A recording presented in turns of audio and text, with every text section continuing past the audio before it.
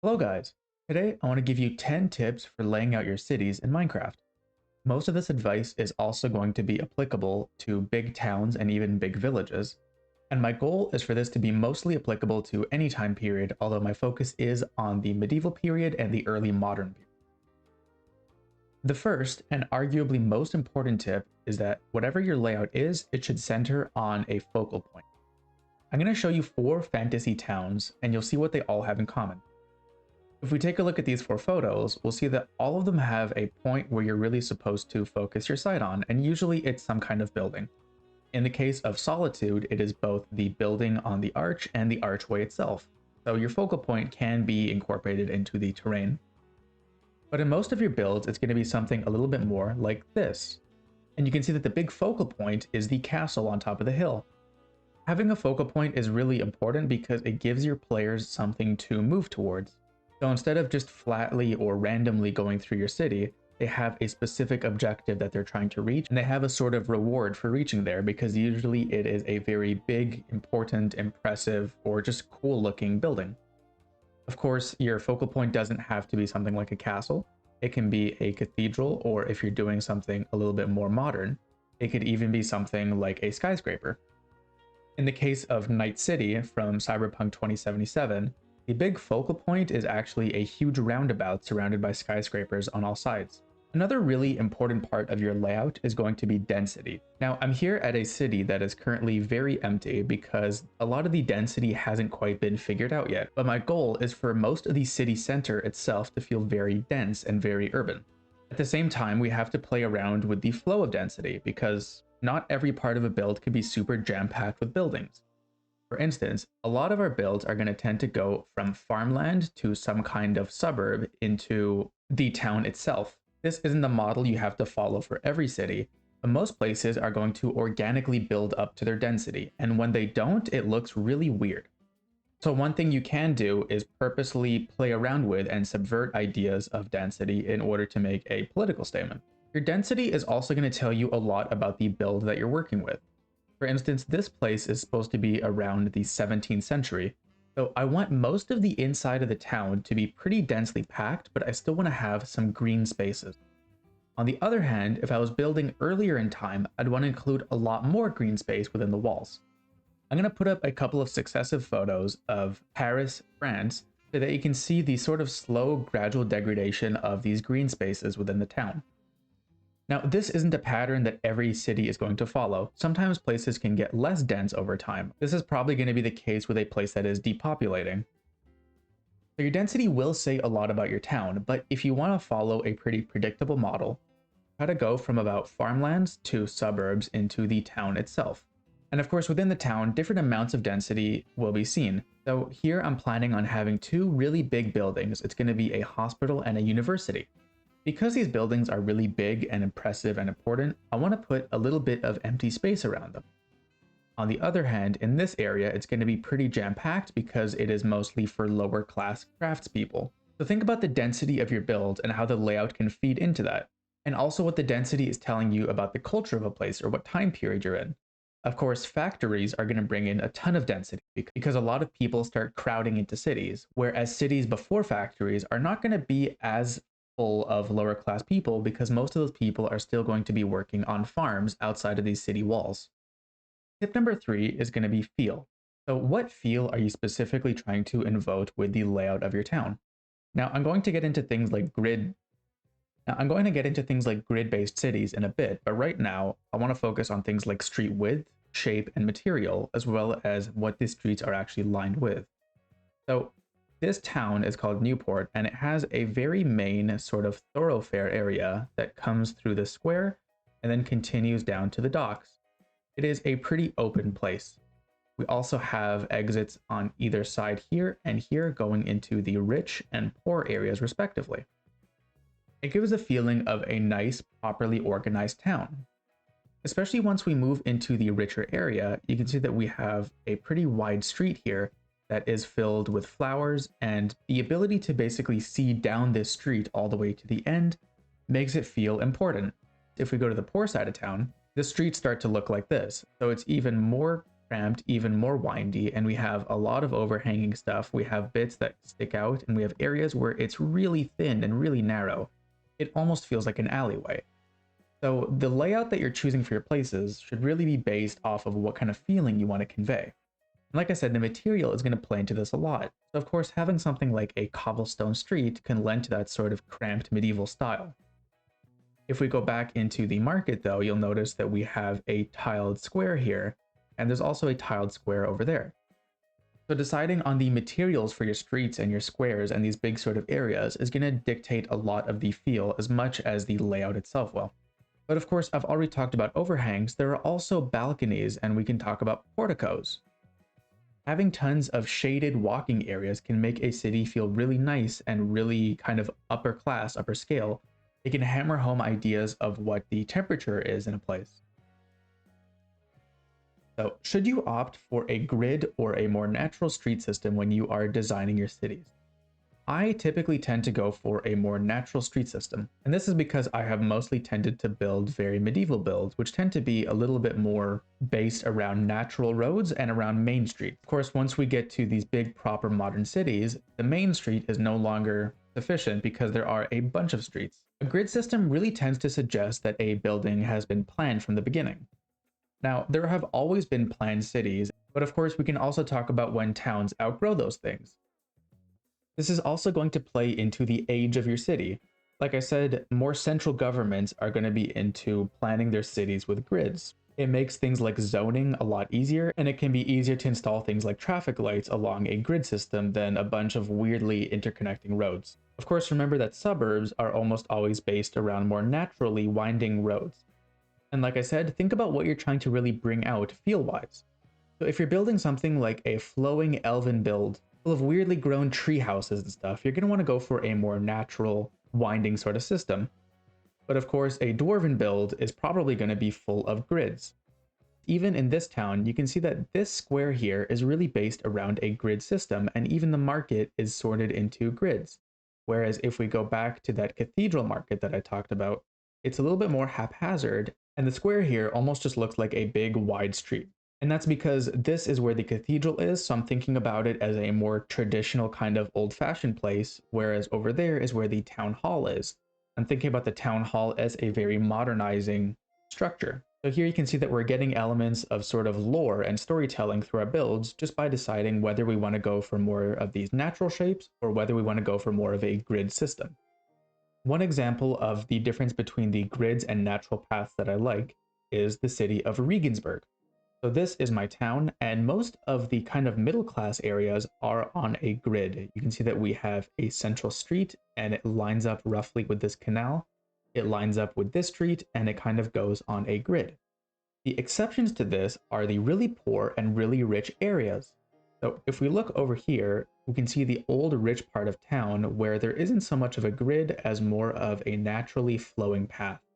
This is almost like the suburbs of Regensburg, so to me, bringing in those ideas of the more wealthy, free-flowing paths just sort of makes sense.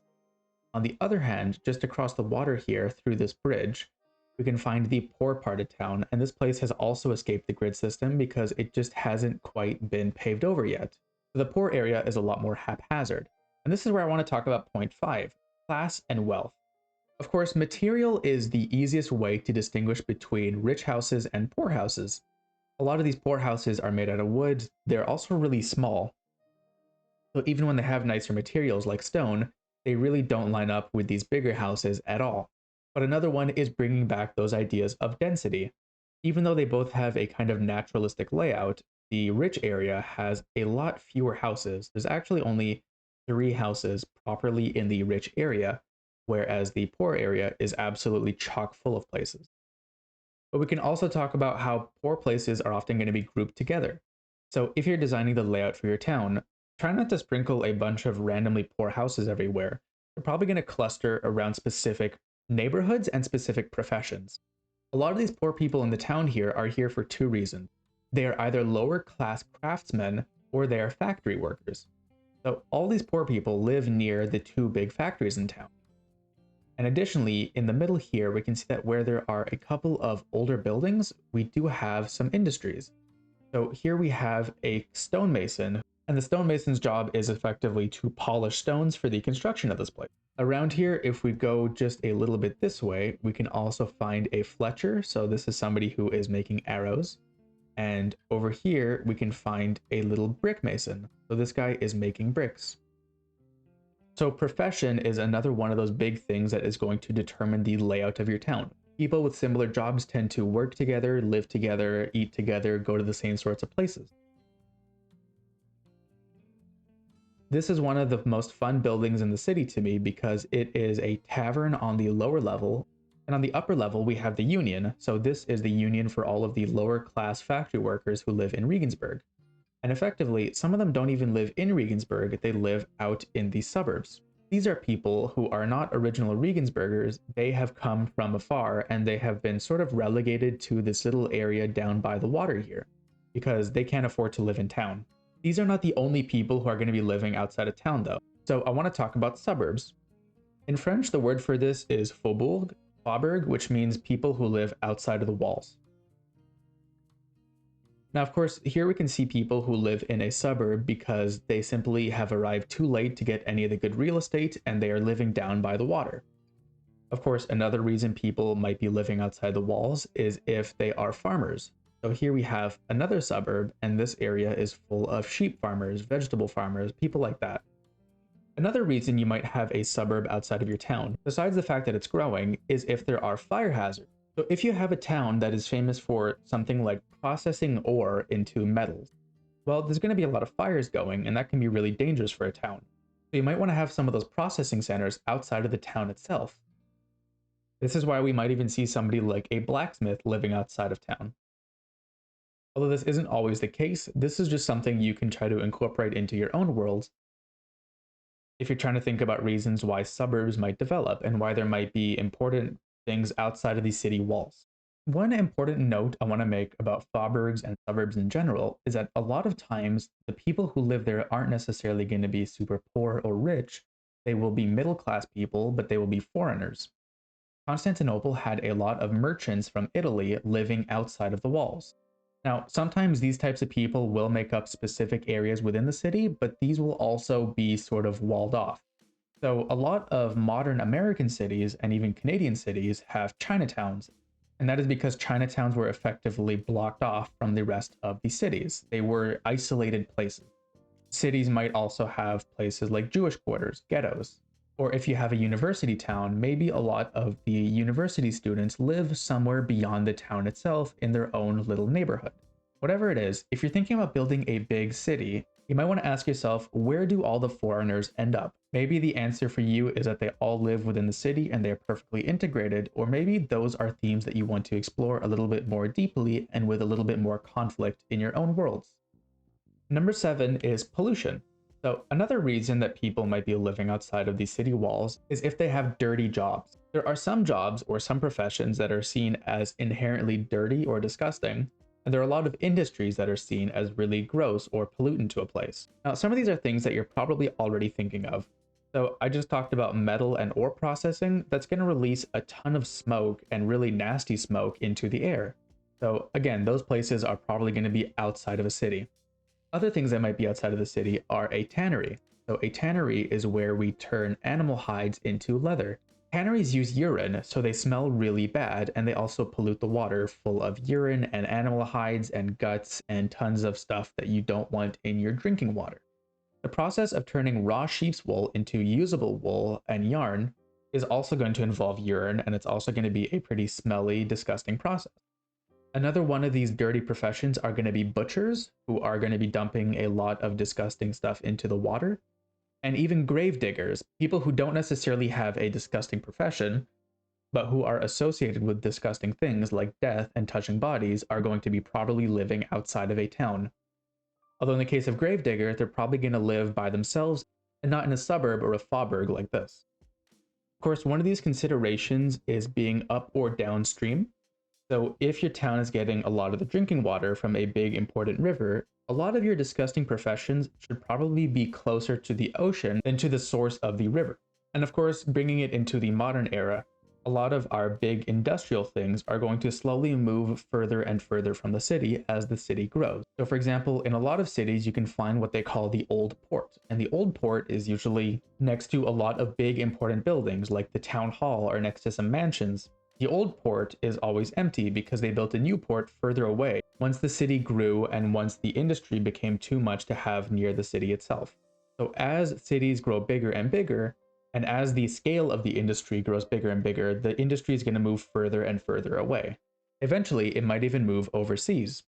So for modern builds, think about what industries are still there and think about what industries have moved away. And if you're thinking about what industries have moved away, well, you might consider what places have kind of gone downhill.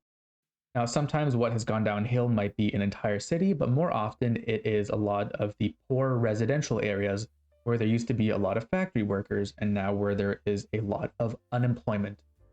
Another thing you have to consider are markets and shops. So whether your city has markets or whether it has shops is going to kind of depend on the time period and the scale. If you're building, again, something like a small Neolithic village, they're not going to have a market or a shop. People are going to have to travel for whatever they want. So once we get to the medieval era, we can expect markets happening something like every Friday in a town. But a market isn't going to have everything people need, and they're still going to have to wait for a big fair that's going to happen probably once a year in order to get really expensive foreign nice things. So ask yourself, is there really enough of a population in my town to support a bunch of shops or to support a market even? This can also be a really nice opportunity though, because if you do want to make a big fair, well, all of a sudden you can turn one of the fields outside of your city into a huge fairground, and there's going to be tons of interesting ways to incorporate lore and world building. Who's at the fair? What kind of goods do they have? What kind of legal system exists to protect merchants or to protect people from merchants? Now, there are also going to be types of markets. So we might have a market that sells live animals. We might have a market specifically for dyes and cloths and clothes. Or we might have a market that only deals in things like hay and seeds and apples and stuff, if you're going for more of a farmer's market vibe. We could also have a market where everybody only sells books, or a market where everybody is selling alcohol. Of course, you can just make one big market like this to include all of these things, or you can think about where in town people are going to want to set up. So if you have a university in your town, consider having a book market nearby. On the other hand, by the port side, you're probably going to want a fish market. And you can also think about markets that are going to be more proper or more temporary. So this is a very temporary sort of market. It's just a bunch of stands out in a big square. If we head back to Regensburg though, Regensburg has a market called Bruegel Hall. And inside we can see that there are a bunch of stalls set up. So these are a bit more permanent, and you can see that there is a bit more of an infrastructure in place. What does it really imply if there is a permanent versus temporary market? What does it imply if there is a fair? If you have a bunch of shops, you're probably going to have a main street, but if you don't have a bunch of shops, what is your main street? Or is there even a main street? Maybe your main street is just a road that leads up to a castle with a bunch of farmhouses.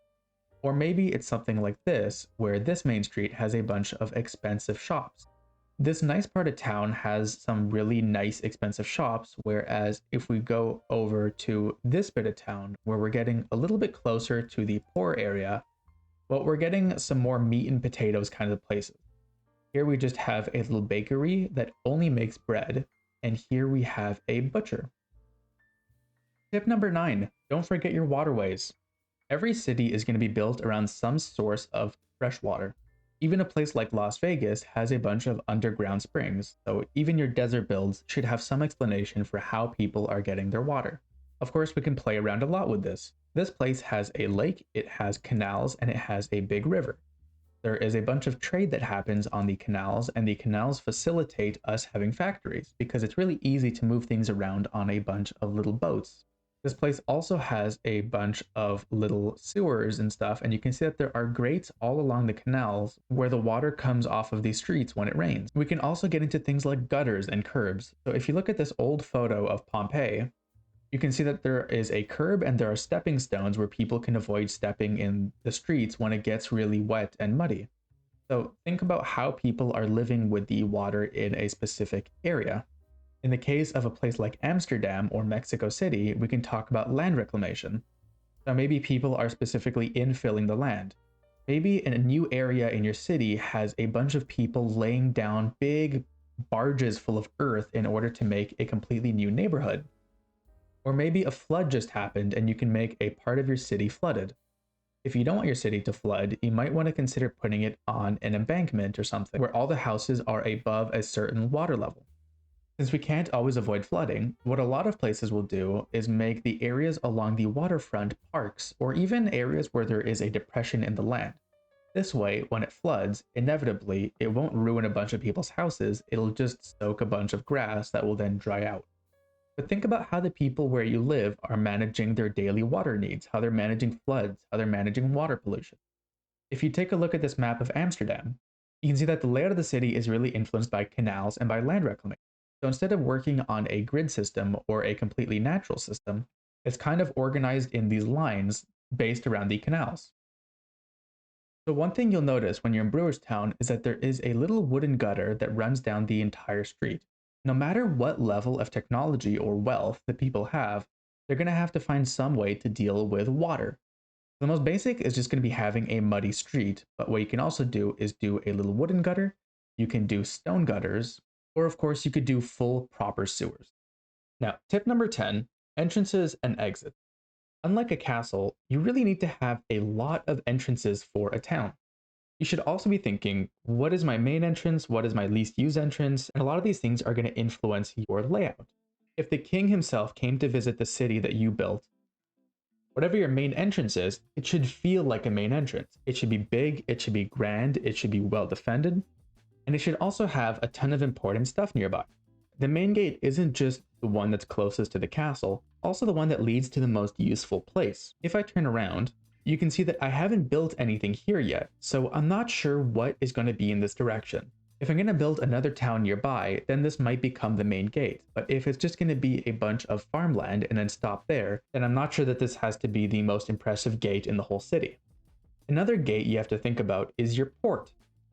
The port is going to be where a lot of people come in. And you have to decide what you want to do with those people and how they are received. Is your port just a big stretch of dirt in front of the walls? Is it a big stone quay or a bunch of wooden wharfs? Is there a water break to stop the waves from coming over the ships, or is there a big, nice, natural harbor and you don't even need to put anything down? One thing I like about this place is that the half of the city that is right next to the port actually has its own set of walls that is going to distinguish it from the other half of the city. So this is considered more of a lower class entrance, and you might not want all the people who are allowed to enter this half of the city to be able to enter the whole city. We can also talk about main roads. So the road coming from a gate like this has to be pretty big and pretty wide. Even if it's not super high class, a lot of people are going to be pouring through here. And while we're thinking about these big entrances, think about how they relate to some of the other things we've already discussed. What is the feel of your roads? How close are they, or how well do they lead to your big focal point? Does the size of your roads or does the feel of your roads correlate to increasing density? Are there any big roads that are separating up neighborhoods? In this case, you can see that the roads don't tend to really separate things, but the walls do. So here, this internal wall is separating the poor and rich areas.